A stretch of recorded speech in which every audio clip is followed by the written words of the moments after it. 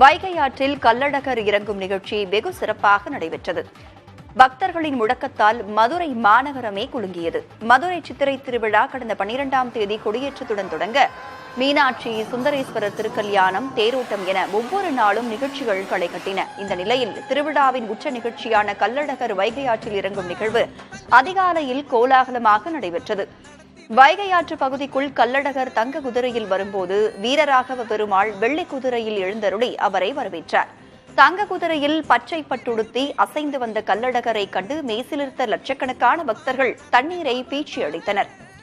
இளைஞர்கள் உற்சாகமாக நடனமாடியும் கள்ளழகரை வரவேற்றடைத்தனர். கோவிந்தா கோவிந்தா என பக்தர்கள் விண்ணதிர முழக்கமிட மதுரை மாநகரமே குலுங்கியது. திருவிழாவை ஒட்டி வைகை ஆற்றில் பலத்த பாதுகாப்பு போடப்பட்டிருந்தது. அவசர கால மருத்துவ உதவிக்காக மருத்துவ குழுக்கள் தயார் நிலையில் வைக்கப்பட்டிருந்தன. உள்ளூர் மட்டுமின்றி வெளியூரில் இருந்தும் ஏராளமான பக்தர்கள் குவிந்ததால் மதுரை மாநகரம் விழாக்கோலம் பூண்டது. பச்சை பட்டுடுத்தி வைகை ஆற்றில் கள்ளழகர் எழுந்தருளியதால் இந்த ஆண்டு மும்மாரி மழை பொழிந்து விவசாயம் செழிக்கும் என்பது பக்தர்களின் நம்பிக்கையாக உள்ளது.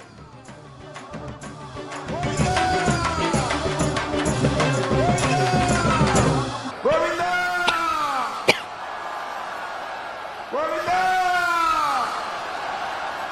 Govinda! Govinda! Govinda!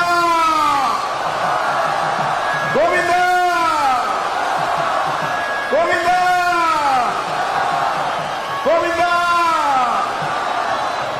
Govinda! Govinda! உயர்நீதிமன்ற உத்தரவுப்படி கள்ளழகரை தரிசிக்க மாற்றுத்திறனாளிகளுக்கு சிறப்பு ஏற்பாடு செய்யப்பட்டிருந்தது. மாவட்ட ஆட்சியரின் அறிவுறுத்தலின்படி இந்த ஆண்டு வைகை ஆற்றில் கள்ளழகர் இறங்கும் நிகழ்வை 100க்கும் அதிகமான மாற்றுத்திறனாளிகள் கண்டு ரசிக்க ஏற்பாடு செய்யப்பட்டது. மாவட்ட மாற்றுத்திறனாளிகள் அலுவலர் சண்முகநாதன் மேற்பார்வையில் ஆட்சியர் அலுவலகத்திலிருந்து 100க்கும் மேற்பட்ட மாற்றுத்திறனாளிகள் ஏவி மேம்பாலத்திற்கு அழைத்துச் செல்லப்பட்டனர். அங்கிருந்து கள்ளழகர் வைகை ஆற்றில் இறங்குவதைக் காண சிறப்பு ஏற்பாடு செய்யப்பட்டது. கள்ளழகர் ஆற்றில் இறங்கியதைக் கண்டு மாற்றுத்திறனாளிகள் பக்தி பரவசமடைந்தனர். நான்லாம் பிறந்ததிலிருந்து வெளியிலே வந்ததில்லை, மற்ற விஷயங்களுக்கு வந்திருக்கேன். கள்ளழகரை பார்த்தது கிடையாது. இந்த தருணத்தில் நான் பார்த்ததில் என்னோட திருமணத்தை காட்டிலும் கள்ளழகரை பார்த்தது எனக்கு ரொம்ப மனமகிழ்ச்சியாக இருக்குது. ரொம்ப சந்தோஷமாக இருக்குது. அதான் சொல்கிறேன்ல, இந்த தன வயசில் இன்னைக்கு இருந்த சந்தோஷம் என்றைக்குமே இல்லை. அது எங்களுக்கு எப்படின்னா, அவங்களே ஒரு 3 மணிக்கு வந்து ஸ்பெஷலாக எங்கள் மாட்டுத்தன நல அலுவலகத்து மூலமாகவும் ஸ்பெஷல் கார்டு வச்சு எங்களை கூட்டிகிட்டு வந்து 3 மணிக்கு இங்கேருந்து ஸ்டாப் பண்ணிட்டாங்க. நாங்கள் 3 மணிலேருந்து பார்த்துருக்கோம். நாங்கள் எல்லாருமே ரொம்ப சந்தோஷமாக ஃபீல் பண்ணுறோம். தமிழக கேரள வனப்பகுதியில் உள்ள மங்களதேவி கண்ணகி கோவில் சித்திரை முழு நிலவு விழா இன்று நடைபெறுகிறது. கடல் மட்டத்திலிருந்து 5000 அடி உயரத்தில் இந்த கோவில் அமைந்துள்ளது. 2000 ஆண்டுகளுக்கு முன் சேரன் செங்குட்டுவனால் கட்டப்பட்டதாக கூறப்படும் இந்த கோவிலில் ஒவ்வொரு ஆண்டும் சித்திரை முழு நிலவு விழா கொண்டாடப்படுவது வழக்கம். இந்த ஒரு நாளில் மட்டுமே பக்தர்கள் கண்ணகி கோவிலுக்கு செல்ல அனுமதி வழங்கப்படுகிறது. அதற்காக கேரளாவின் தேக்கடி பெரியார் புலிகள் காப்பக குமுளி வனச்சாலை மற்றும் தமிழகத்தின் மேகமலை ஸ்ரீவில்லிபுத்தூர் புலிகள் காப்பக லோயர் கேம்ப் வனச்சாலை பக்தர்களுக்காக திறந்துவிடப்பட்டுள்ளது. தமிழக கேரள பக்தர்கள் குமுளியிலிருந்து புலிகள் காப்பக வனச்சாலை வழியாக 16 கிலோமீட்டர் ஜீப்பில் பயணித்தும் லோயர் கேம்பில் இருந்து 7 கிலோமீட்டர் வனத்திற்குள் நடந்தும் கோவிலுக்கு செல்கின்றனர். மதியம் 2 மணி வரை மட்டுமே பக்தர்களுக்கு அனுமதி வழங்கப்படுகிறது. மாலை 5:30க்குள் பக்தர்கள் தரிசனம் முடிந்து மலை இறங்க வேண்டும் என்றும் அறிவுறுத்தப்பட்டுள்ளது. ஆட்சிக்கு வந்த பின்பு தான் செய்த நலத்திட்டங்கள், உதவிகளால் இஸ்லாமிய பெண்களின் ஆசீர்வாதம் தனக்கு கிடைத்திருப்பதாக பிரதமர் மோடி கூறியுள்ளார். உத்தரப்பிரதேசத்தில் நடைபெற்ற பரப்புரை கூட்டத்தில் பேசிய பிரதமர் இஸ்லாமிய சகோதர சகோதரிகளுக்கு தான் பணியாற்றுவதாக தெரிவித்தார். சவுதி இளவரசரிடம் பேசி ஹஜ் ஒதுக்கீட்டை அதிகரித்து விசாவும் எளிதாக கிடைக்க வழிவகை செய்ததாக மோடி குறிப்பிட்டார். ஆண்கள் துணையின்றி பெண்கள் தனியே ஹஜ் பயணம் செல்ல முடியும் என்ற நிலையை உருவாக்கியதால் இஸ்லாமிய பெண்களின் ஆசீர்வாதம் தனக்கு கிடைத்துள்ளதாகவும் மோடி பெருமிதத்துடன் பேசினார். ராஜஸ்தானில் நேற்று முன்தினம் இஸ்லாமியர்கள் குறித்த பிரதமரின் பேச்சு சர்ச்சையான நிலையில் அதற்கு அடுத்த நாளே இஸ்லாமியர்களுக்காக பாஜக அரசு செய்தவற்றை குறிப்பிட்டு மோடி பேசியிருப்பது விவாதமாகியுள்ளது.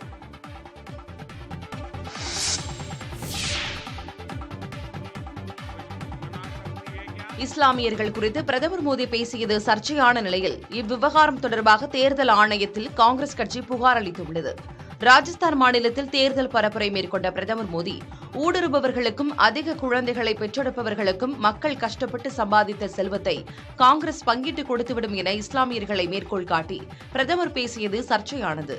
பிரதமரின் பேச்சுக்கு காங்கிரஸ், திமுக உள்ளிட்ட கட்சிகள் கடும் கண்டனம் தெரிவித்தன. இந்நிலையில் இந்திய தேர்தல் ஆணையத்தில் பிரதமர் மீது காங்கிரஸ் கட்சி நிர்வாகிகள் புகார் அளித்தனர். இதனையடுத்து செய்தியாளர்களை சந்தித்த அவர்கள் பிரதமர் மோடி தனது கருத்துக்களை திரும்பப் பெற வேண்டும் என வலியுறுத்தினர்.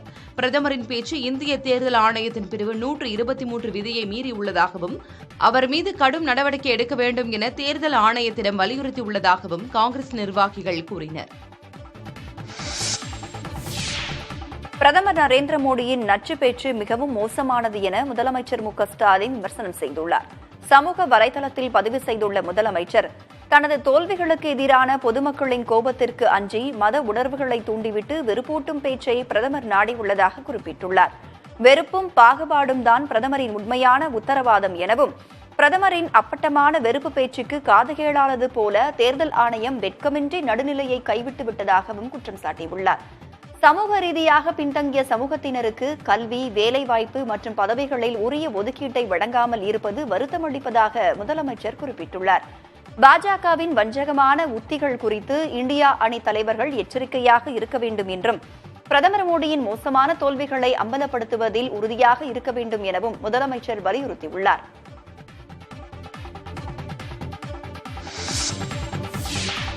இரண்டாயிரத்து 24ஆம் ஆண்டுக்கான பத்ம விருதுகளுக்கு தேர்வு பெற்றவர்களுக்கு குடியரசுத் தலைவர் திரௌபதி முர்மு விருதுகளை வழங்கி கௌரவித்தார். கலை, இலக்கியம், கல்வி, விளையாட்டு, மருத்துவம், சமூக பணி, அறிவியல் மற்றும் பொறியியல், தொழில்துறை என அனைத்து துறைகளிலும் தனித்துவமான மற்றும் சிறப்பான சேவைகளுக்காக மத்திய அரசு சார்பில் பத்மஸ்ரீ, பத்மபூஷன், பத்ம விபூஷன் ஆகிய விருதுகள் வழங்கப்படுகின்றன. அதன்படி 2024ஆம் ஆண்டுக்கான பத்ம விருதுகள் 132 பேருக்கு அறிவிக்கப்பட்டது. இவர்களில் சிலருக்கு குடியரசுத் தலைவர் திரௌபதி முர்மு ராஷ்டிரபதி மாளிகையில் விருதுகளை வழங்கி கௌரவித்தார். குடியரசு முன்னாள் துணைத் தலைவர் வெங்கையா நாயுடுவுக்கு பத்ம விபூஷன் விருதை முர்மு வழங்கினார். இதேபோல ஹிந்தி நடிகர் மிதுன் சக்கரவர்த்தி, பின்னணி பாடகி உஷா உத்தப், உத்தரப்பிரதேச முன்னாள் ஆளுநர் ராம்நாயக் உள்ளிட்டோருக்கு பத்மபூஷன் விருதுகள் வழங்கப்பட்டன. டென்னிஸ் வீரர் ரோகன் போபண்ணாவுக்கு பத்மஸ்ரீ விருதை குடியரசுத் தலைவர் வழங்கினார்.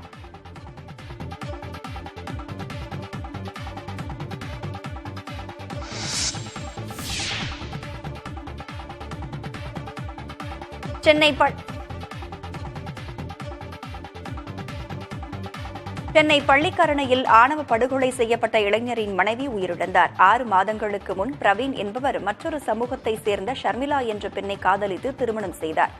அதற்கு பெண் வீட்டார் எதிர்ப்பு தெரிவித்து வந்துள்ளார். இச்சூழலில் பிப்ரவரி மாதம் 24ஆம் தேதி பிரவீனை 5 பேர் கொண்ட கும்பல் சரமாரியாக வெட்டிக் கொன்றது. அது தொடர்பாக ஷர்மிளாவின் சகோதரர் தினேஷ், அவரது நண்பர்கள் விஷ்ணுராஜ், ஸ்ரீராம், ஜோதிலிங்கம், ஸ்ரீவன்குமார் ஆகியோர் கைது செய்யப்பட்டனர்.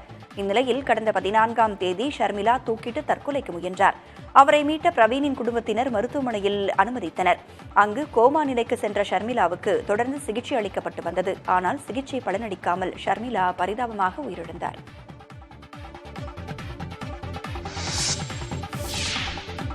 செங்கல்பட்டில் உள்ள மத்திய தொடுநோய் பயிற்சி ஆராய்ச்சி நிலையத்திலிருந்து பிற பகுதிகளுக்கு ட்ரோன் மூலம் மருந்துகளை அனுப்பும் முதற்கட்ட சோதனை வெற்றியடைந்துள்ளது. அங்கிருந்து பரனூர், கூடுவாஞ்சேரி உள்ளிட்ட பகுதிகளில் உள்ள மருத்துவமனைகளுக்கு அவசர சிகிச்சைக்கான மருந்துகளை சாலை மார்க்கமாக அனுப்பும்போது போக்குவரத்து நெரிசலால் காலதாமதம் ஏற்பட்டது. இந்த சிரமத்தை குறைப்பதற்காக விமான வடிவிலான சிறிய ரக ட்ரோன் மூலம் மருந்துகளை அனுப்ப முடிவு செய்யப்பட்ட நிலையில் அதற்கான சோதனை ஓட்டம் நடைபெற்றது.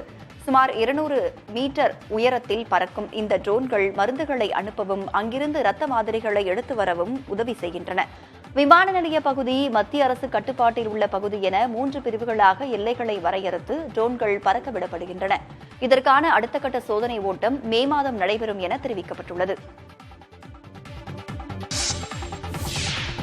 காலநிலைக்கு ஏற்ப இயற்கை விவசாயத்திற்கு மாறியதால் மிளகாய் ஏற்றுமதி மூலம் அதிகளவு அந்நிய செலாவணியை ஈட்டி வருவதாக கூறுகின்றனர் ராமநாதபுரம் மாவட்ட விவசாயிகள். வெப்பம் அதிகமுள்ள ராமநாதபுரம் மாவட்டம் கமுதி பகுதியில் செயற்கை உரங்களை பயன்படுத்துவதால் மகசூல் குறைவதை உணர்ந்த விவசாயிகள் இயற்கை விவசாயத்திற்கு மாறியதாக கூறுகின்றனர்.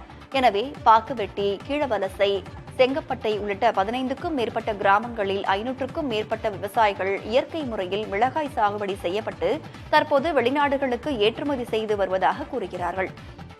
7 ஆண்டுகளுக்கு முன் 10 டன் அளவிற்கே இயற்கை முறையில் மிளகாய் சாகுபடி செய்யப்பட்டதாகவும் தற்போது 400 டன்களாக அதிகரித்துள்ளதாகவும் கூறுகின்றனர்.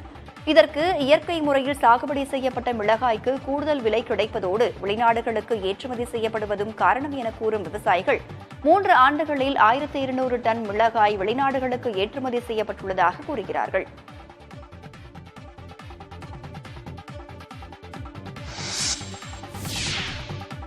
வரி செலுத்துபவர்களின் பணம் நலத்திட்ட உதவிகள் மற்றும் நாட்டின் உட்கட்டமைப்பு வளர்ச்சிக்காக பயன்படுத்தப்படுவதாக மத்திய அமைச்சர் பியூஷ் கோயல் தெரிவித்துள்ளார். மும்பையில் நிகழ்ச்சி ஒன்றில் பேசிய பியூஷ் கோயல், இந்தியா அடுத்த சில ஆண்டுகளுக்கு உலகின் 3வது மிகப்பெரிய பொருளாதாரமாக உயரும் என உறுதிபட தெரிவித்தார். இதற்கு 10 ஆண்டுகளாக பிரதமர் மோடி ஊழலற்ற ஆட்சியை வழங்குவதே முக்கிய காரணம் என தெரிவித்த பியூஷ் கோயல், கடந்த 10 ஆண்டுகளில் மத்திய அரசு 30 முதல் 35 லட்சம் கோடி ரூபாயை ஏழைகளுக்கு பயன்படுத்தப்பட்டுள்ளதாகவும் தெரிவித்தார். தொழில் செய்வதில் இளைஞர்கள் காட்டும் ஆர்வம் மற்றும் அதிகளவு ஸ்டார்ட் அப்கள் தொடங்கப்படுவதும் பொருளாதாரத்தை வளர்ச்சிப் பாதையில் கொண்டு செல்வதாகவும், இதன் காரணமாக இந்தியாவின் பொருளாதார வளர்ச்சி 7% உயரும் எனவும் மத்திய அமைச்சர் கூறியுள்ளார்.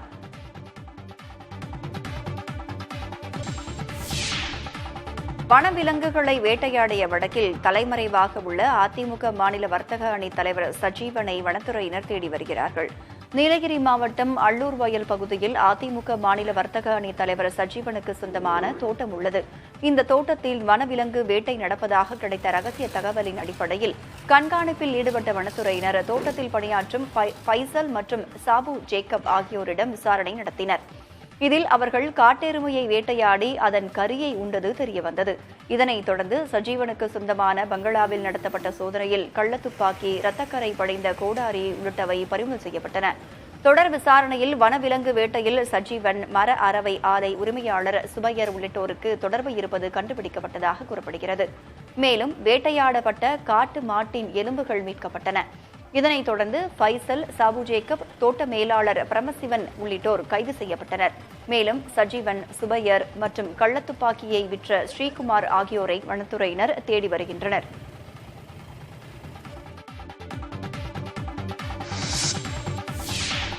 கர்நாடக மாநிலம் ஷிவ்மோகா மக்களவை தொகுதியில் சுயேட்சையாக முன்னாள் துணை முதலமைச்சர் ஈஸ்வரப்பா களமிறங்கிய நிலையில் பாஜகவிலிருந்து நீக்கப்பட்டுள்ளார்.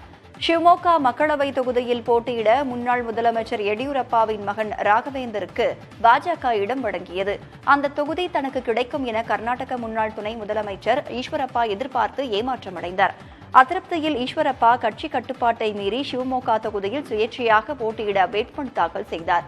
இதனையடுத்து கட்சியின் அனைத்து பொறுப்புகளிலிருந்தும் 6 ஆண்டுகள் அவரை நீக்கம் செய்து பாஜக மேலிடம் நடவடிக்கை எடுத்துள்ளது.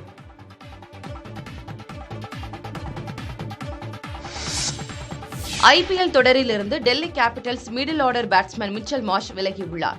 மிச்சல் மார்ஷ் காயம் காரணமாக அவதிப்பட்ட நிலையில் ஏப்ரல் 7ஆம் தேதி ஆஸ்திரேலியா திரும்பினார்.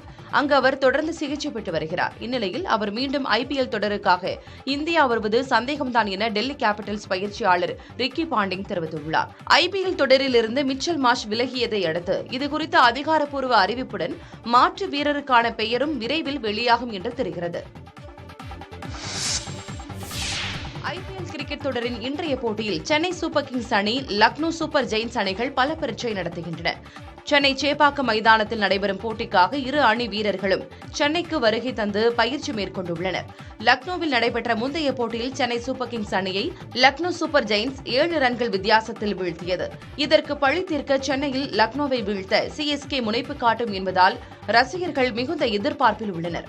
அதேபோல் நடப்பு தொடரில் சென்னையில் நடைபெற்ற போட்டிகளில் சிஎஸ்கே தோல்வியை தழுவவில்லை என்பதால் இன்றைய போட்டியும் சென்னை ரசிகர்களுக்கு இனிப்பாக இருக்கும் என நம்பலாம்.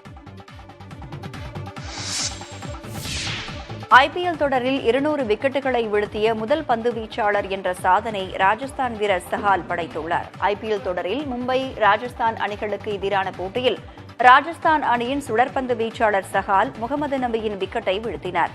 அப்போது அவர் ஐபிஎல் தொடரில் 200 விக்கெட்டுகளை வீழ்த்திய முதல் பந்து வீச்சாளர் என்ற சாதனையை படைத்தார்.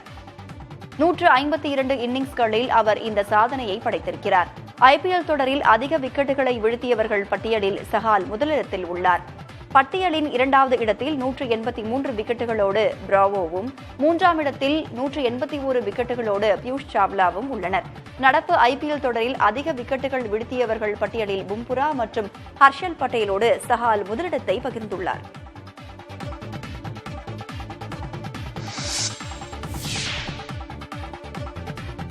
மேற்கு வங்கத்தில் அரசு பள்ளி ஆசிரியர்கள், அரசு அலுவலர்கள் என சுமார் 25,000 பேரின் பணி நியமன ஆணையை கொல்கத்தா உயர்நீதிமன்றம் ரத்து செய்துள்ளது.